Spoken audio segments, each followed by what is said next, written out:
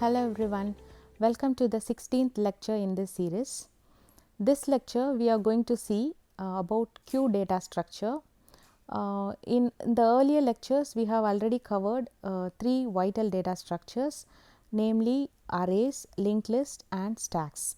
Now we are venturing into the fourth data structure, which is queue.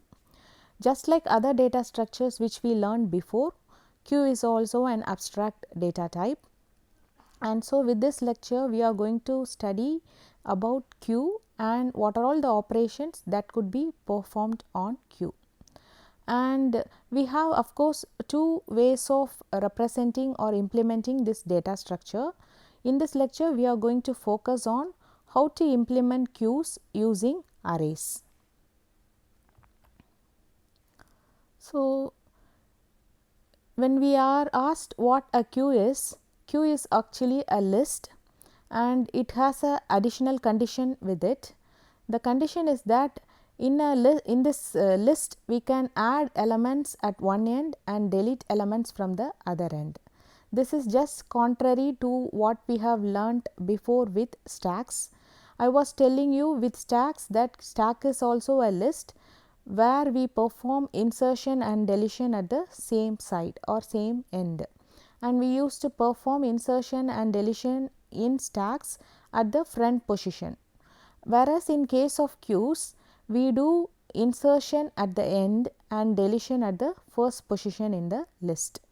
So we call a queue as a first in first out list, which means whatever element that entered into the queue first will be the one that will be moved out of queue first. So that is what we call it as first in first out policy.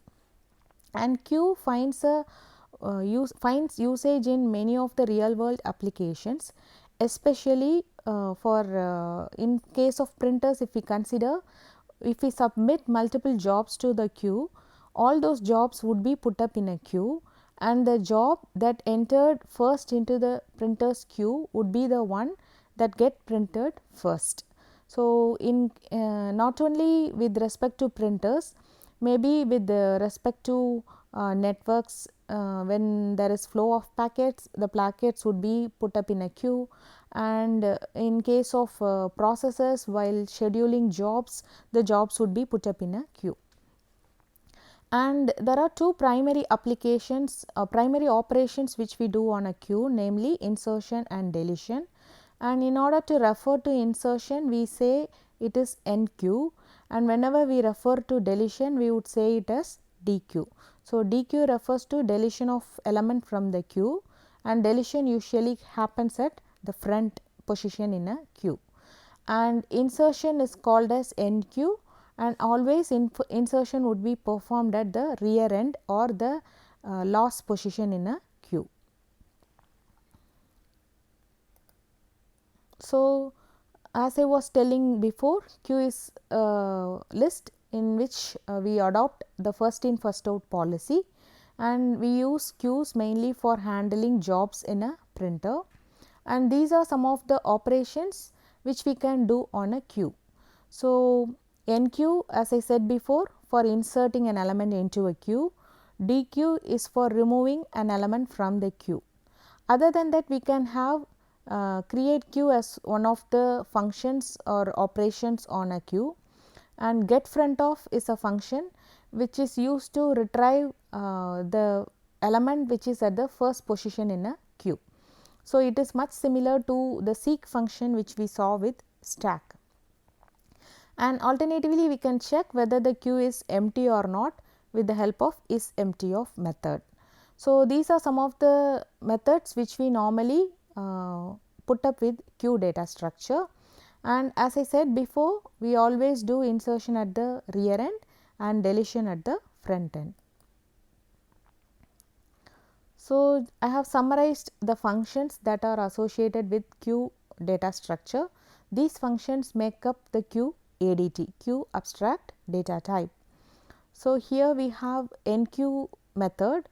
It takes into input, it takes as arguments two things. One is the queue and other one is the element to be added, which is O.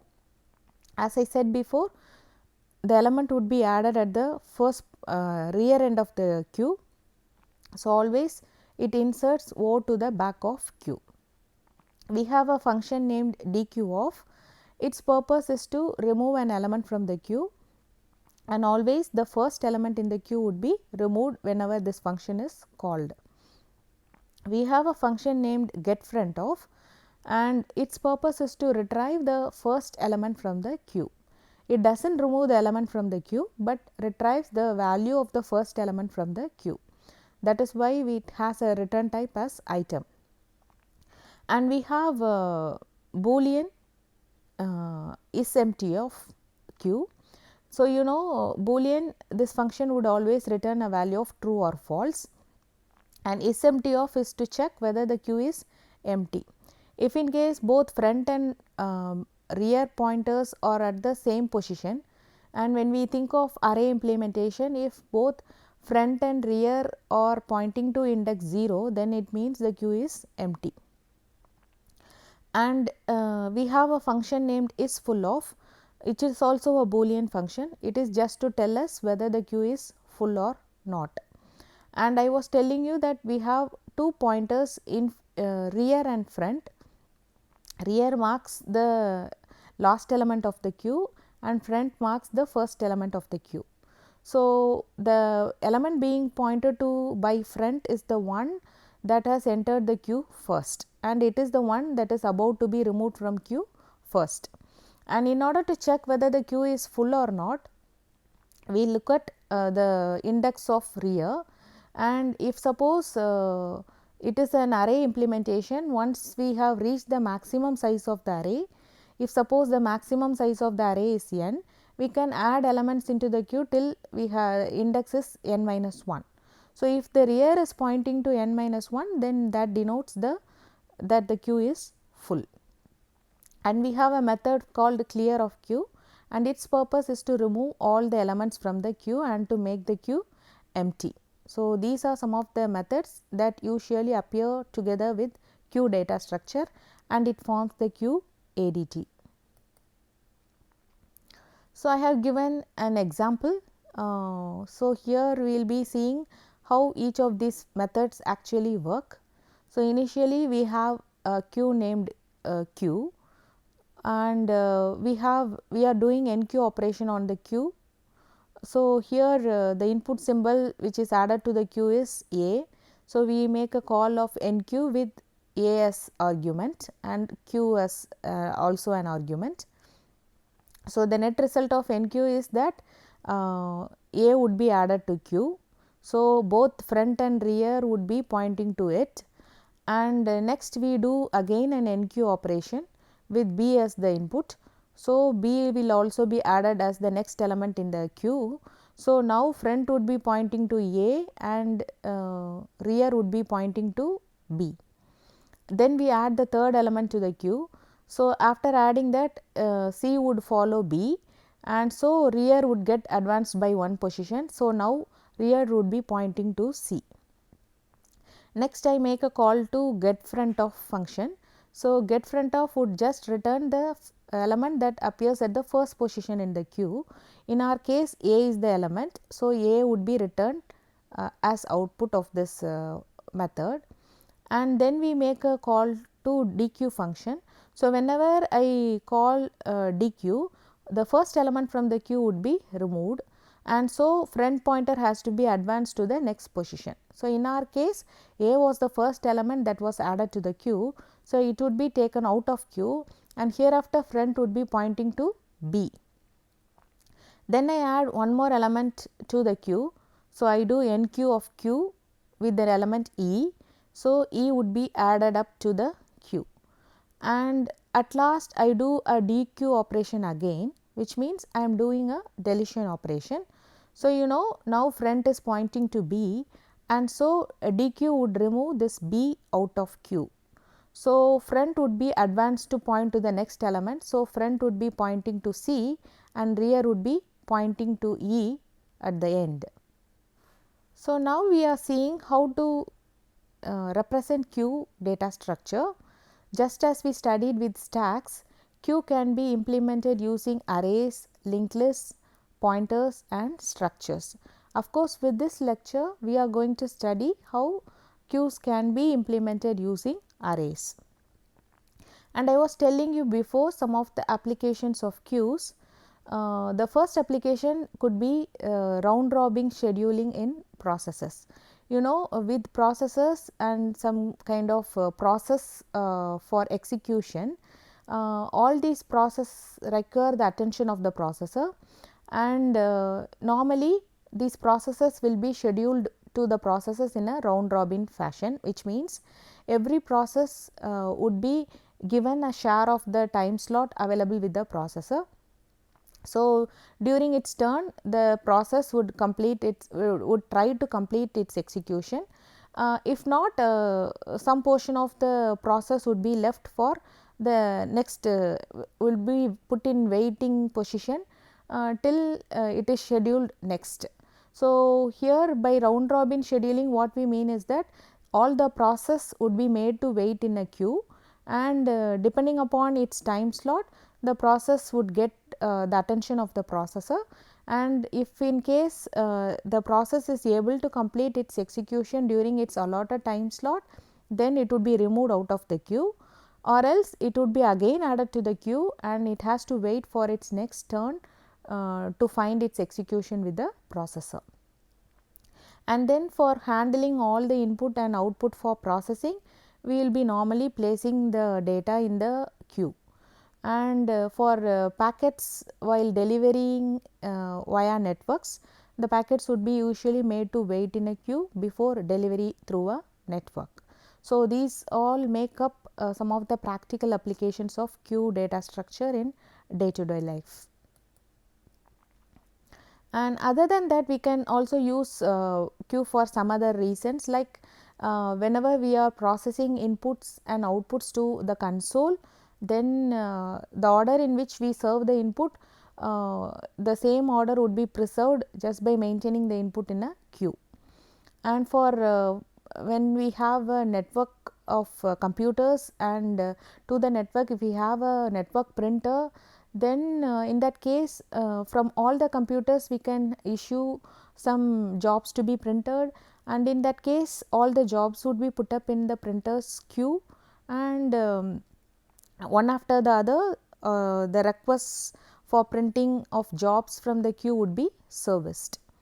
And in case of when we consider server requests, when we have instant messaging servers, all the messages would be queued up first and the server would be processing messages one after the other from the queue. And when we have plenty of database requests, and in such scenarios also we can employ a queue and all requests could be put up in that queue, and one after the other that would be serviced from the database. And as I was telling before, you can use even the operating systems make use of queues in order to handle all the CPU jobs, and in all kinds of simulations we will be using queues in order to hold process or items for a while and do processing in a sequence. These are some of the operations which we normally do with queues. NQ is to mean insertion operation on a queue, and as I said, always we do insertion at the back end of the queue. And DQ is to do removal or deletion of an item from the queue, and always we do deletion from the front position of the queue. And peek is nothing but looking for an element which is occupying the first position in the queue. We do not intend to remove the item from the queue, but check the element that appears at the first position in a queue. So, like a stack, all these operations can be performed in a constant amount of time, and we say that these operations get done in a complexity of order of 1. So, now we just move into how to implement queues using arrays. So, in order to implement queue using arrays, first of all we need to have an array, and the array has to be created of some specific size. And let us consider with this example, we have an array of size max q, which is a constant. So, imagine in our case, if max q is 100, then the array index would span from 0 to max q minus 1. So, I can have 100 elements starting from 0 to 99, and then I should make the front pointer to point to the 0th index, just because at this point of time the queue is empty. And as and when I add elements to the queue, I have to advance the back pointer or rear pointer by 1. So, in this example, we have 4 elements in the queue. Initially this queue would have been empty, and so our front and rear both would have been pointing to the index 0, and as they add the element 2 into the queue, that marks the first element of the queue, and so my rear pointer would get advanced to the next position if I think of adding 4. So, as I add 4 this element 2, both front and rear would be pointing to it, because that is the only element of the queue. As I add 4, then front would be pointing to 2 and rear would be pointing to 4. So, in this case, these are all these pointers are all denoted by indices. So, my front would have a value of 0 and back would have a value of 1 by the time I add 4. As I add the third element to the queue, which is 1, then in that case my back should be advanced by 1, so that it has a value of 2 now, and the element 1 would be added to the queue. When I think of adding the fourth element to the queue, I should advance back by 1. So, now its index should be 3. So, earlier we started with 0, then it became 1, then 2, and now it is 3, and we place 7 in place of the third index. So, now our queue is left with 4 elements, and so front has a value of 0 and back has a value of 3. So, this is at one point of time we have added more and more of elements, and we have deleted more and more of elements from the queue, and at this particular point of time you could see that the front is having a value of 47, which means I have removed 46 elements preceding it from the queue, and now front is pointing to the index 47, and the element at the top of queue or front of queue is 6, and as such the queue has 3 elements with it now, and which is the rear is pointing to the last element, which is 2. And with this example, what they have considered is that the max queue size is 50. So, we have elements from indices 0 to 49.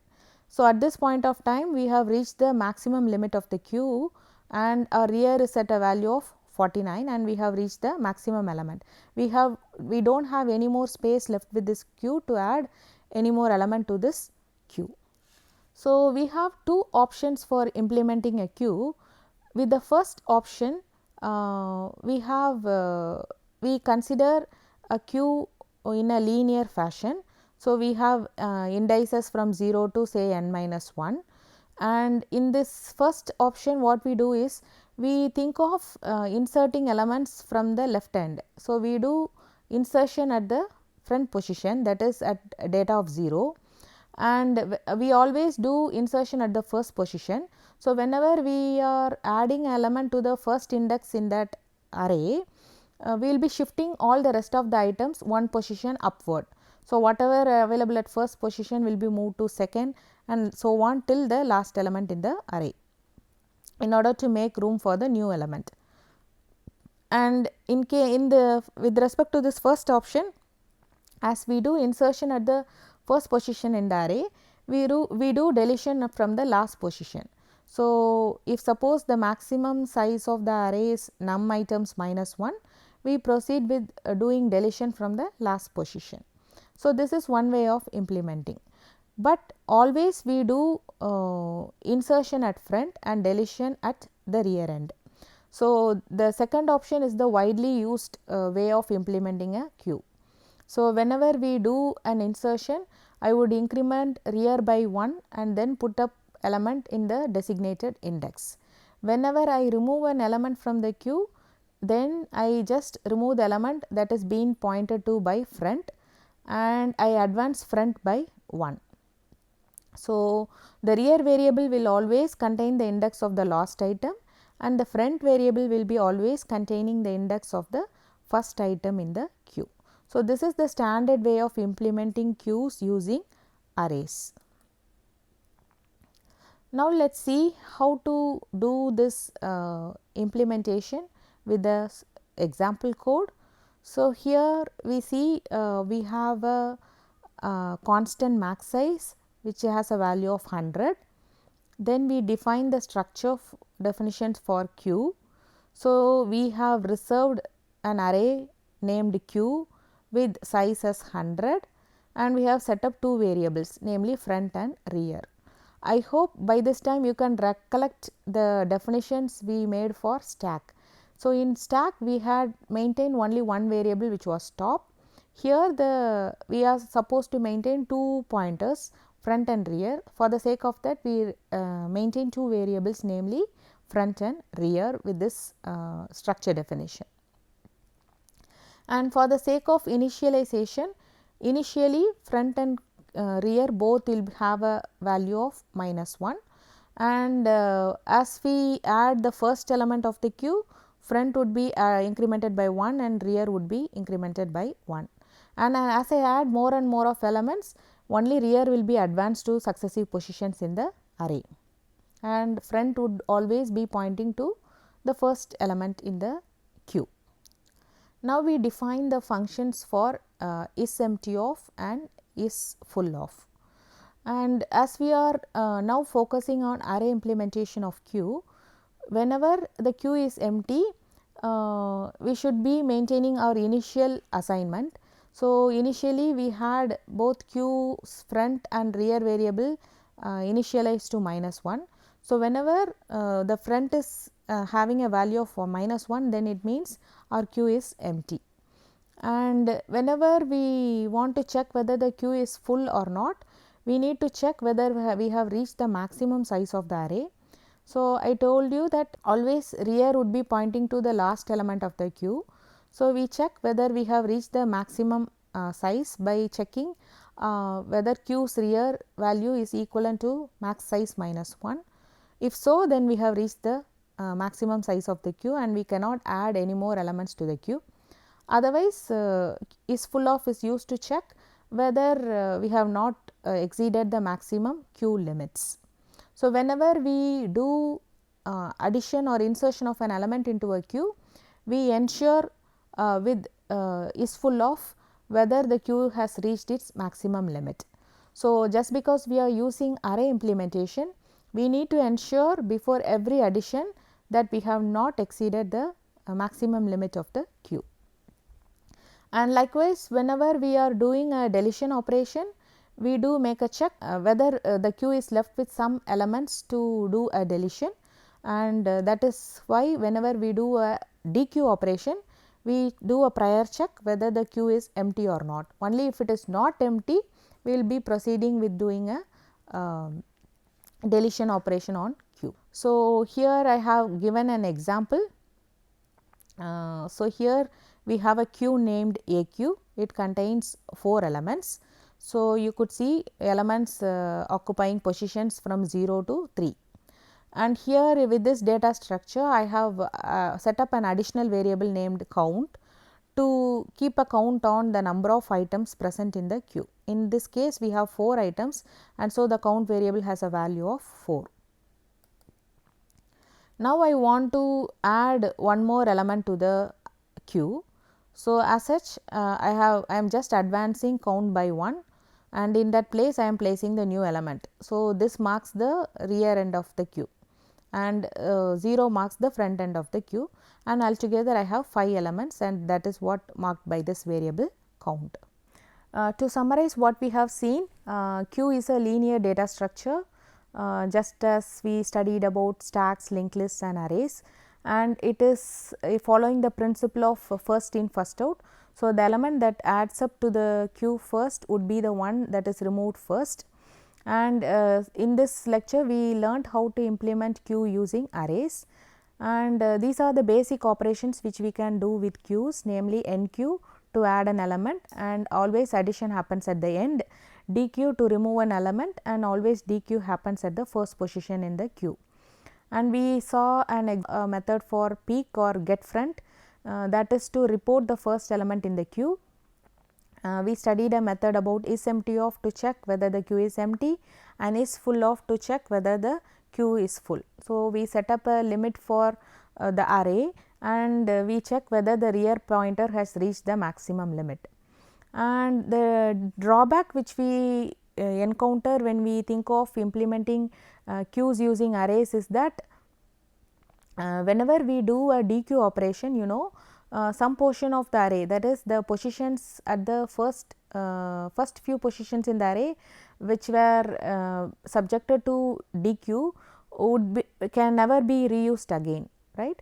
So, this is because we are keeping on advancing the front pointer, and if we do not shift the elements to the first position, then those locations in the array can never be reused. So, that is one of the drawbacks of the array, and it can lead to inefficient memory usage. And to overcome this drawback, we are going to learn the concept of circular arrays with the next lecture. And when we talk of time complexity of the queue, all these operations NQ, DQ and peek could be done in a constant amount of time, and so we say it is of the order of 1. And the only limitation which we encounter with implementing queues using arrays is that arrays are static in nature, and so once we have fixed the array's dimensions, we can never change it, and once we want to add up more elements after reaching the maximum limit, it is never possible. So, these are some of the limitations of implementing queues using arrays, and with the next lecture we will be seeing how to avoid the drawback of we encounter with DQs with having a circular arrays.